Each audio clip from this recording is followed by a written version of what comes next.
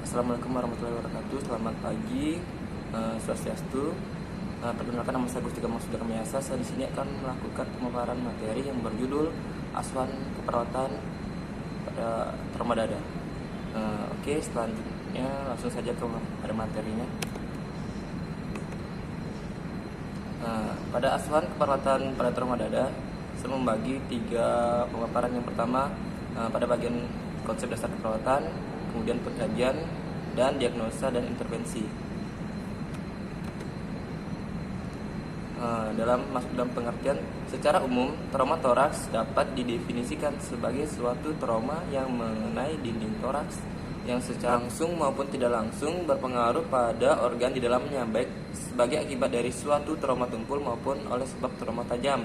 Peningkatan dalam pemahaman mekanisme fisiologis yang terlibat, kemajuan dalam modalitas imaging yang lebih baru, pendekatan invasif yang minimal, dan terapi farmakologis memberikan kontribusi dalam menurunkan morbiditas dan mortalitas pada pasien dengan cedera ini. Kemudian lanjut masuk pada etiologi.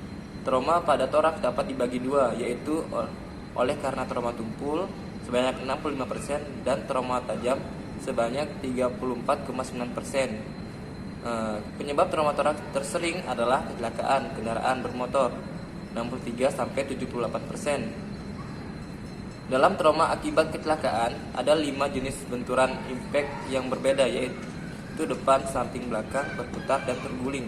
Penyebab trauma toraks oleh karena trauma tajam dibedakan menjadi 3 berdasarkan tingkat energinya, yaitu energi rendah seperti trauma tusuk, berenergi sedang seperti tembakan pistol, dan berenergi tinggi seperti tembakan senjata militer. Penyebab trauma toraks yang lain adalah adanya tekanan yang berlebihan pada paru-paru yang bisa menyebabkan pneumotoraks seperti aktivitas menyelam. Lanjut ke manifestasi klinis, terbagi atas 10, yaitu yang pertama, nyeri pada tempat trauma bertambah pada saat inspirasi, kemudian pembekakan lokal dan krepitasi yang sangat palpasi, kemudian pasien menahan dada dan bernafas pendek, dyspneu, tachypneu, takikardi, tekanan darah menurun, gelisah dan agitasi, kemungkinan sianosis, batuk mengeluarkan sepuntung bercak darah, hipertimpani pada perkusi di atas daerah yang sakit. Kemudian lanjut ke patofisiologis.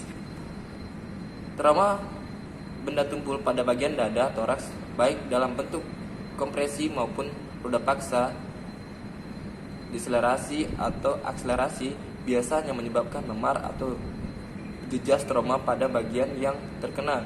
Jika mengenai sternum, trauma tumpul dapat menyebabkan kontusio miokard jantung atau kontusio paru. Keadaan ini biasanya ditandai dengan perubahan temponades pada jantung atau tampak kesukaran bernapas jika kontusio terjadi pada paru-paru. Sedangkan trauma dada atau toraks dengan benda tajam seringkali berdampak lebih buruk daripada yang diakibatkan oleh trauma benda tumpul. Benda tajam dapat langsung menembus dinding dada dengan merobek pembuluh darah interkosta dengan menembus organ yang berada pada posisi tusukan. Kondisi ini menyebabkan pendarahan pada rongga dada, hemotoraks. Dan jika berlangsung lama akan menyebabkan peningkatan tekanan di dalam rongga, baik rongga toraks maupun rongga pleura jika tembus. Pemeriksaan penunjang di sini terbagi atas 5. Yang pertama, pemeriksaan ronsen toraks paru dilakukan untuk menyingkirkan cedera toraks yang lain, namun tidak perlu identifikasi fraktur iga. Yang kedua, pemeriksaan foto radiologi dari fraktur, penentuan lokasi luasnya. Kemudian pemeriksaan jumlah darah lengkap. Arteriografi dilakukan bila kerusakan vaskular dicurigai. Kemudian yang terakhir, kreatinin, trauma otot meningkat, beban kreatinin untuk clearance ginjal. Lanjut ke penata laksanaan. Di sini penata laksanaan menjadi 2, itu yang pertama terapi Nyeri biasanya berkurang dengan analgetik oral seperti hidrokodon atau kodein dengan kombinasi aspirin atau acetaminophen setiap 4 jam. Yang kedua, pengikatan dada yang kuat tidak dianjurkan karena dapat membatasi pernapasan. Kemudian lanjut ke pengkajian.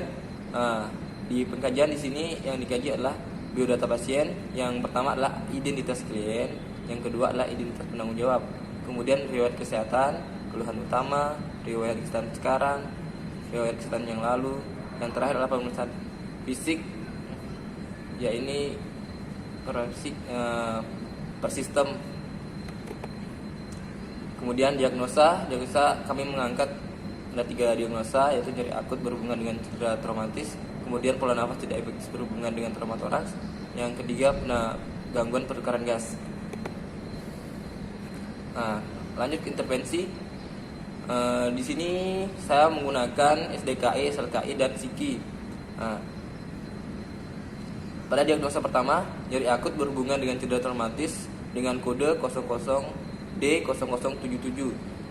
SLKI-nya setelah dilakukan tindakan keperawatan selama 1x24 jam, tingkat nyeri dengan kode L08066. Keluhan nyeri yang kedua adalah gelisah. Sedangkan di SIKI-nya manajemen nyerinya dengan kode 10828. Aktivitas keperawatannya adalah yang pertama, identifikasi lokasi, karakteristik, durasi, frekuensi, kualitas, identifikasi nyeri. Kemudian berikan teknik non farmakologis untuk mengurangi rasa nyeri, misalnya TENS, hipnosis, akupresur, terapi musik, biofeedback, terapi pijat, aromaterapi, teknik imajinasi, terbimbing, kompres, hangat, dingin, dan bisa juga terapi bermain. Yang ketiga, jelaskan strategi meredakan nyeri. Yang keempat adalah kolaborasi pemberian analgetik bila perlu. Itu saja pembahasan yang bisa berikan kepada teman-teman sekalian.